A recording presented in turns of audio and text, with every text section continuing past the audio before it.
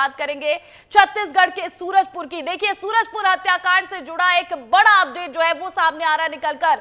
सूरजपुर के पुलिस अधीक्षक पर एक बड़ा एक्शन हुआ है। पुलिस अधीक्षक एमआर अहिरे को हटाया गया और सीएम विष्णुदेव साय ने एक्स पर पोस्ट कर इसकी जानकारी दी है। प्रशांत ठाकुर होंगे सूरजपुर के नए एसपी।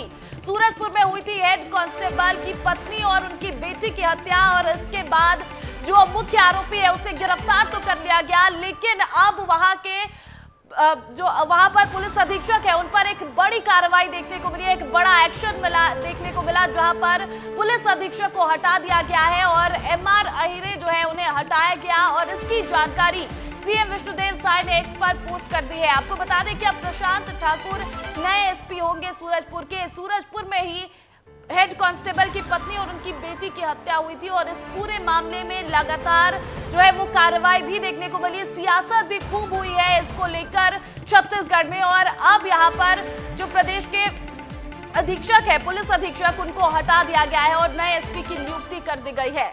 देखिए, इस खबर पर तमाम अपडेट के साथ मेरे सहयोगी दिलीप जायसवाल फोन कॉल पर जुड़ गए, उनका रुख करेंगे। दिलीप, सूरजपुर में पुलिस अधीक्षक पर एक बड़ा एक्शन कहीं ना कहीं देखने को मिला है, क्या कानून व्यवस्था को दुरुस्त करने के लिए इसे एक बड़ा कदम हम कह सकते हैं? बिल्कुल सही कहा आपने। कानून व्यवस्था की स्थिति बिगड़ गई थी, लाइन ऑर्डर की स्थिति यहाँ संभल नहीं रही थी और हेड कांस्टेबल और उसकी बेटी की हत्या हो गई थी।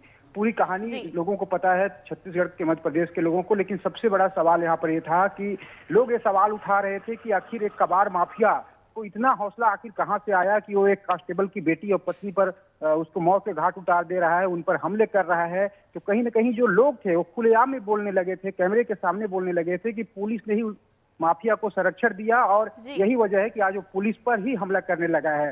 तो कुल मिलाकर कानून व्यवस्था को लेकर सवाल उठ रहे थे। तो वहीं भूपेश बघेल हो, उप मुख्यमंत्री, पूर्व मुख्यमंत्री या फिर दीपक बैस हो, सभी ने इस मामले को लेकर सवाल उठाया था और कहा था कि कानून व्यवस्था सरकार से नहीं संभल रही है और सरकार ने आज पुलिस अधीक्षक जो एमआर अहिरे हैं सूरजपुर जिले के जो थे उन्हें हटा दिया है। वहीं इनके जगह पर प्रशांत कुमार ठाकुर को पुलिस अधीक्षक के पद पर पदस्थ किया गया है, जो बस्तर में पोस्टेड थे। बस्तर में 5वीं बटालियन में वहां नौकरी कर रहे थे, तो उनको यहाँ पे लाया गया है। अब कुल मिलाकर ये देखने वाली बात होगी कि जब पुलिस अधीक्षक को बदल दिया गया है तो किस तरीके से जो नए पुलिस अधीक्षक है वो यहाँ की कानून व्यवस्था सुचारू रूप से चले, कितनी दुरुस्त होती है वो कानून व्यवस्था, ये देखने वाली बात होगी। इस खबर पर रोहित मिश्रा हमारे साथ लाइव जुड़े हुए हैं, उनका रुख करेंगे सीधा। रोहित, जहां पर एक और सवाल उठ रहे थे पुलिस पर और दूसरी ओर सियासत हो रही थी इस पूरे मुद्दे पर, लेकिन अब बात यह है कि पुलिस अधीक्षक को जब हटाया गया तो सीएम ने एक्स पर पोस्ट किया है, उसकी जानकारी सीएम ने खुद पोस्ट करके दी है। इसके क्या कुछ मायने हो जाते हैं और क्या संदेश देने की कोशिश है यहाँ पर सरकार की तरफ से?